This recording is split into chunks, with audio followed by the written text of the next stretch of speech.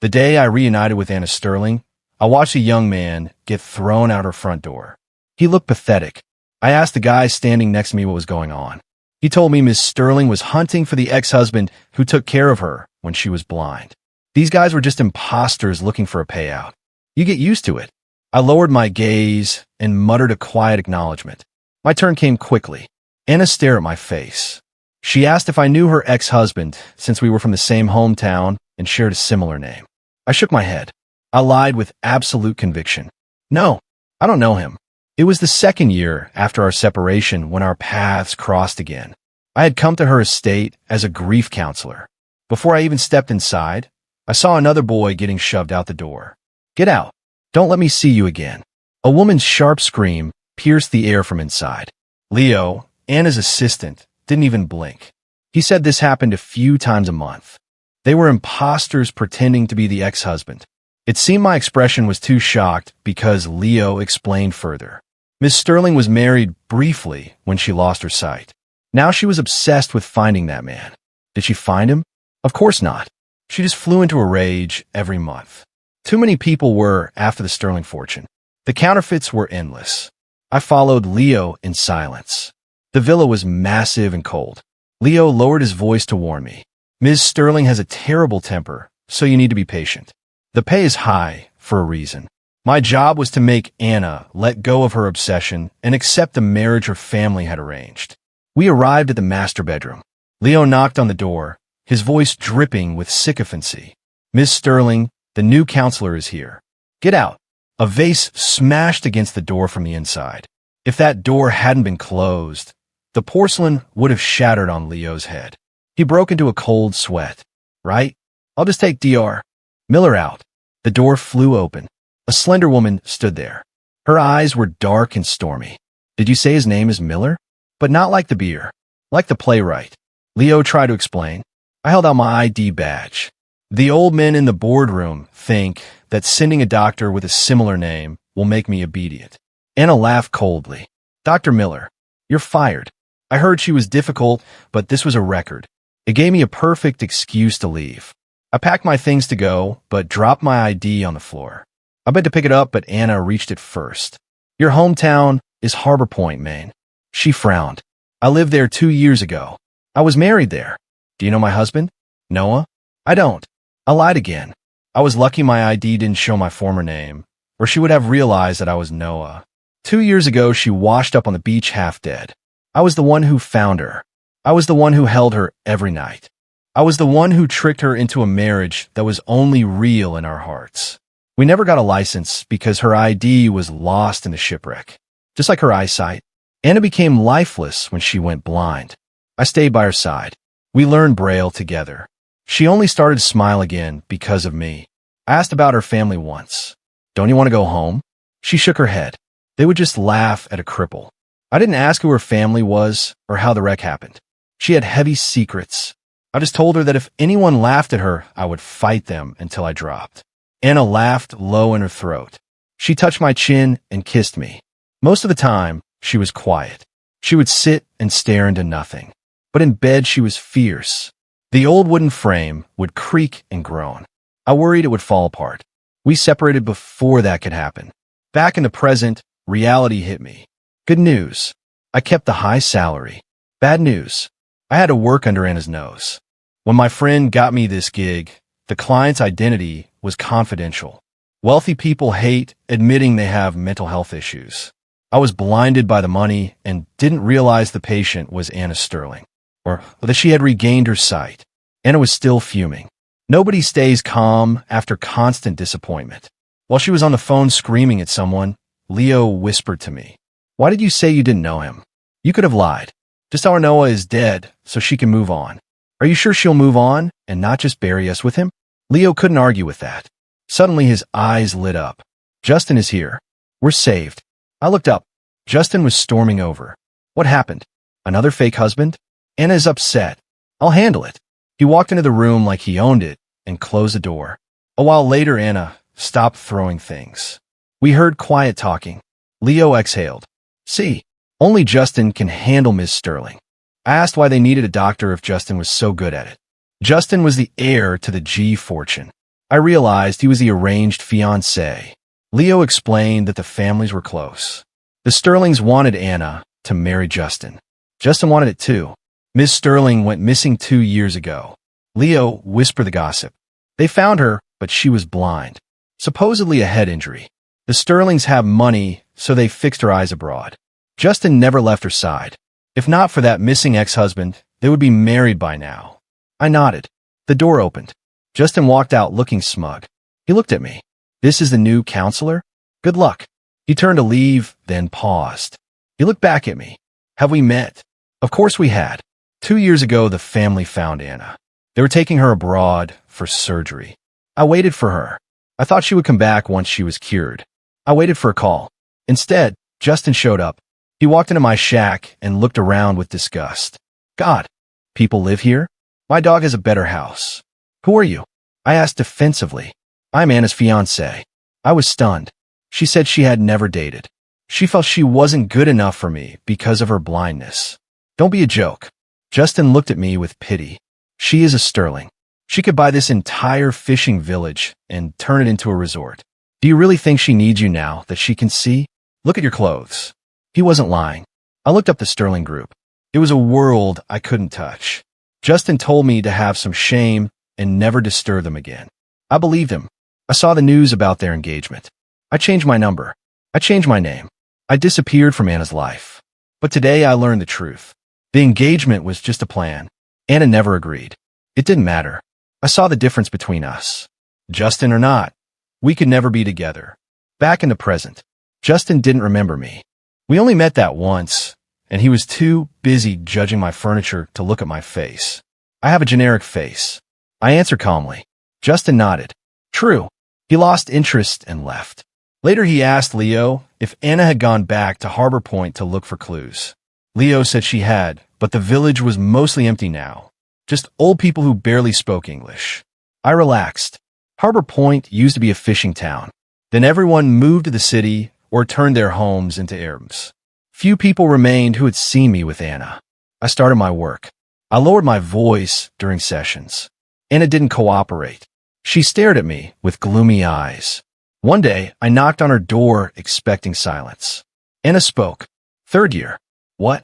3 years ago today, my husband saved me on the beach. Ms. Sterling, you need to look forward.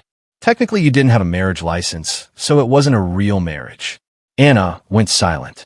I looked down to write my notes. I didn't notice her move. She was standing right in front of me, squinting. My heart hammered. How did you know we didn't have a license? I never told you that. Sloppy. I let my guard down. I forced a calm expression. The recruiter mentioned it.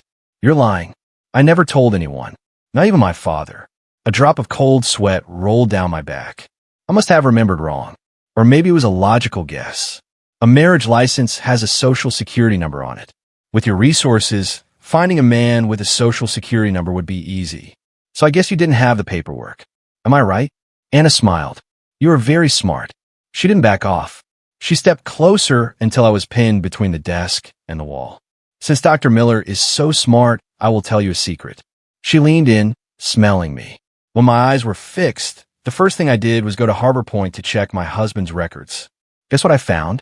I feigned curiosity. What? There was no Noah in Harbor Point. The census records show nobody named Noah lived there. Not then. Not now. Anna spoke slowly.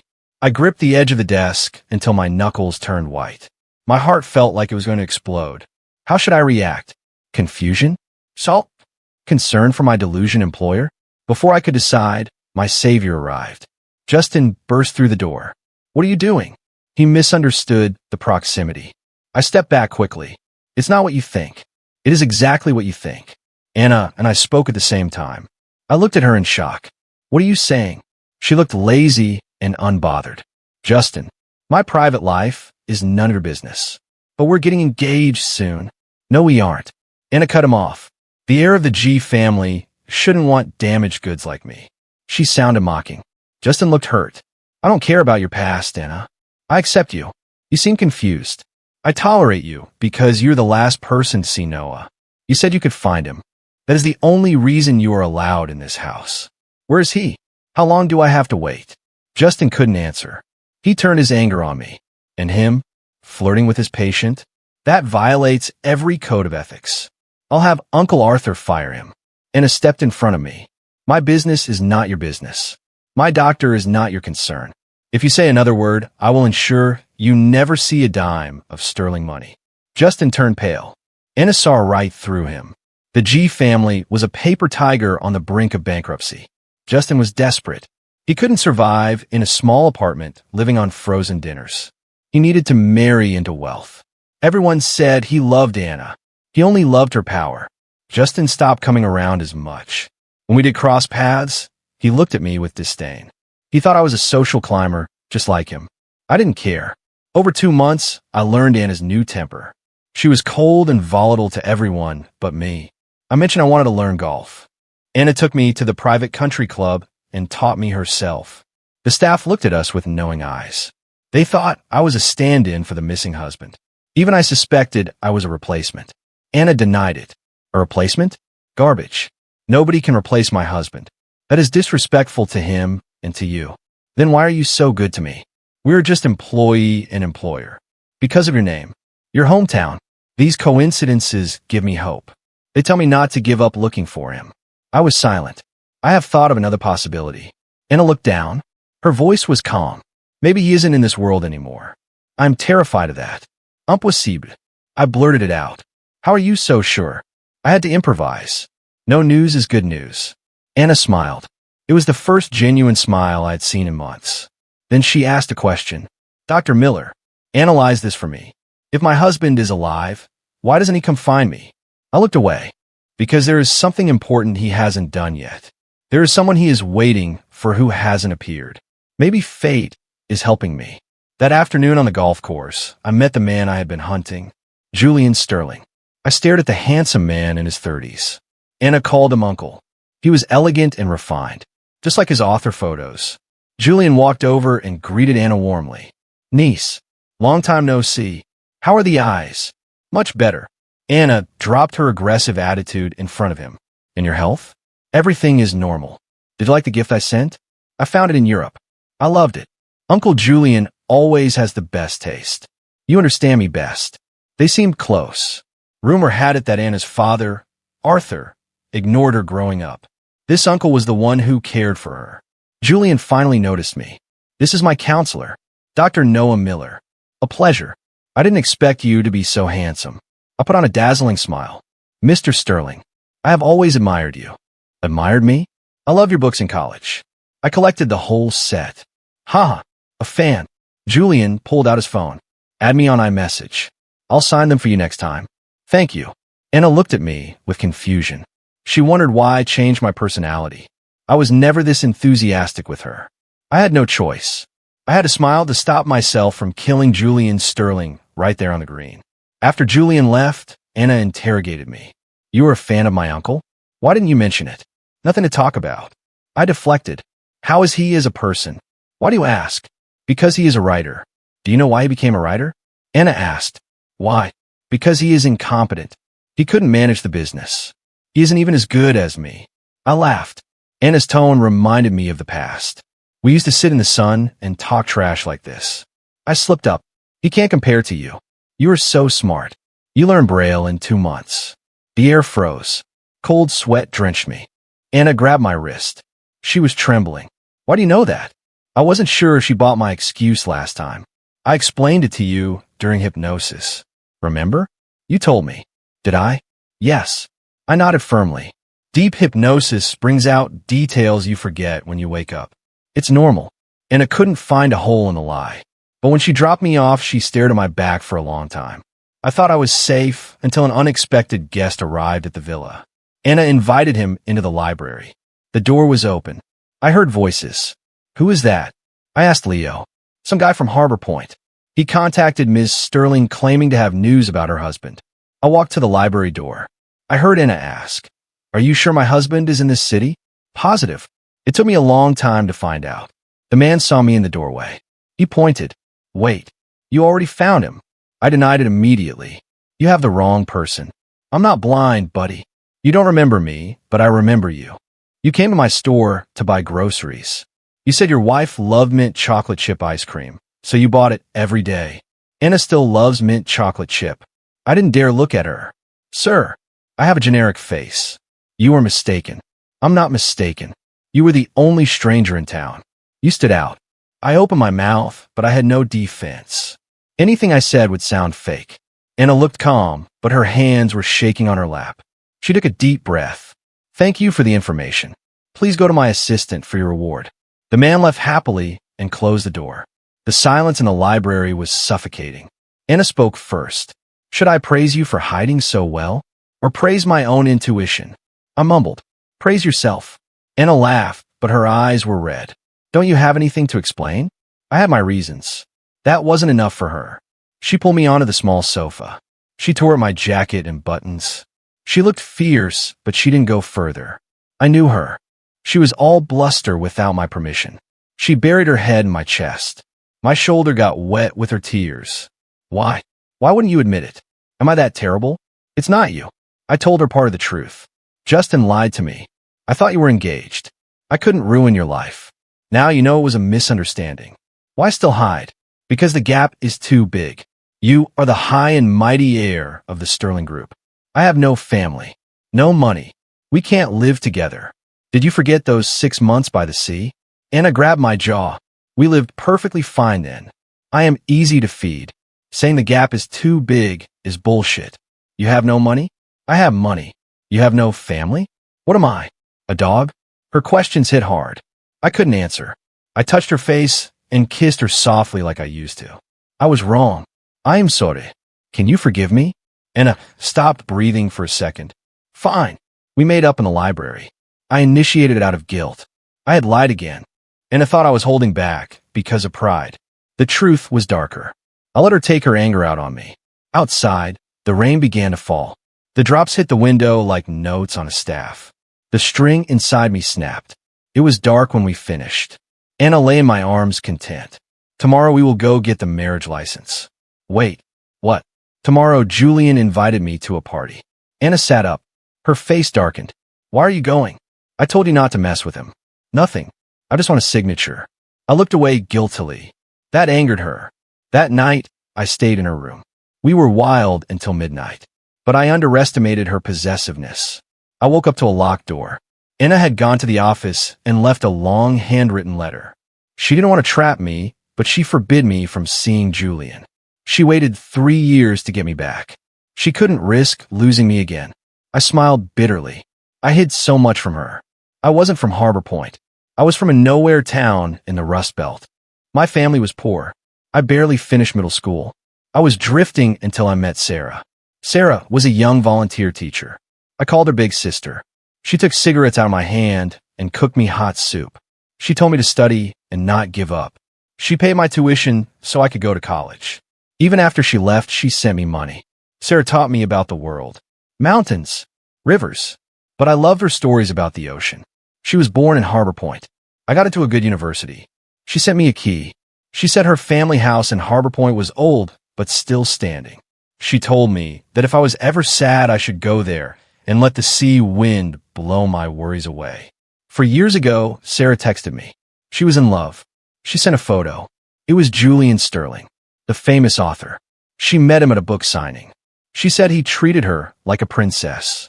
But I had to keep it secret because he was famous. I never expected the next news to be her obituary. Sarah went missing for 2 weeks.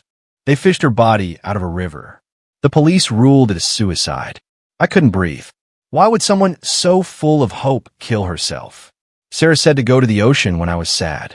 I took the key and went to Harbor Point. I stayed there for a week trying to heal. That was when I found Anna washed up on the beach.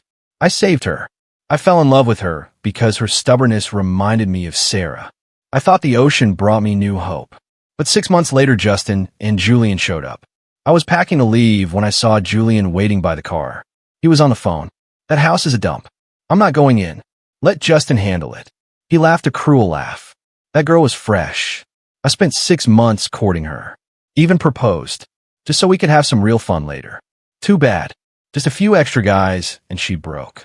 I stood frozen. Julian continued. Don't worry. The coroner is on the payroll. It's handled. The mystery was solved. Sarah didn't jump. She was discarded. I swore revenge, but I had no proof. Julian was a mountain I couldn't move. I needed to be the dragon slayer, even if I died doing it. I started working out. I practiced with a knife. I fully assumed the identity of Noah from Harbor Point. I tried to get close to Julian, but he was cautious after the murder. I knew he would hunt again. I never wanted to use Anna. The person I loved had to stay clean. Then a friend offered me this job. He whispered that the employer was connected to my target. I didn't know it was Anna until I signed the NDA. Fate brought me back to her, but my goal was still Julian. I climbed out the window of the villa. I ran to Julian's estate. Through the floor-to-ceiling windows, I saw the party. Young women. Pray. I gripped the knife in my pocket. I was ready to storm in. A warm hand grabbed my wrist. It's not worth dirtying your hands for scum like him. Anna was behind me. I froze. She dragged me in her car. I'm sorry.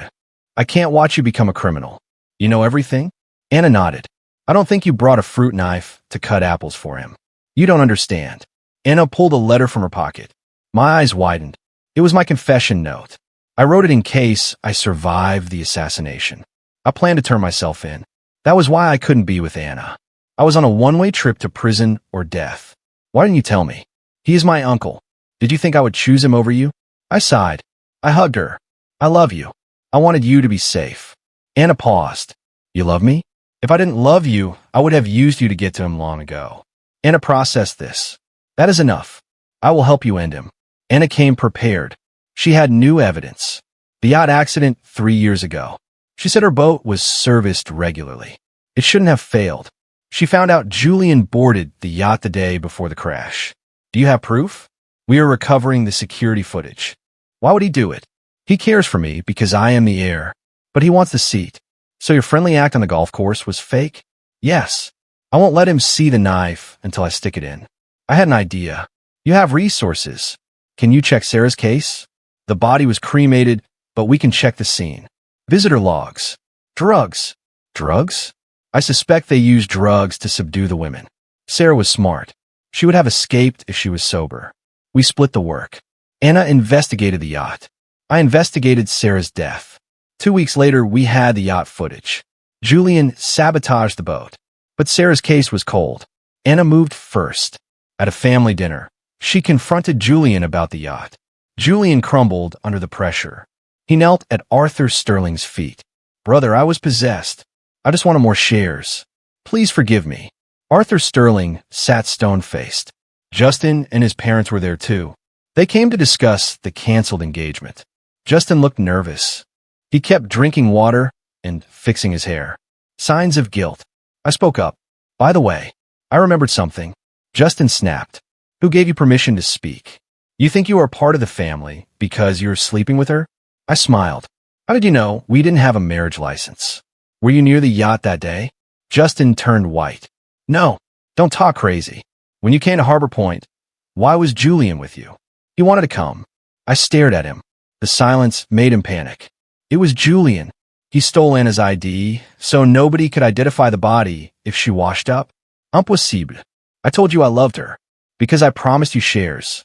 Julian shouted. He turned on Justin. You greedy little rat.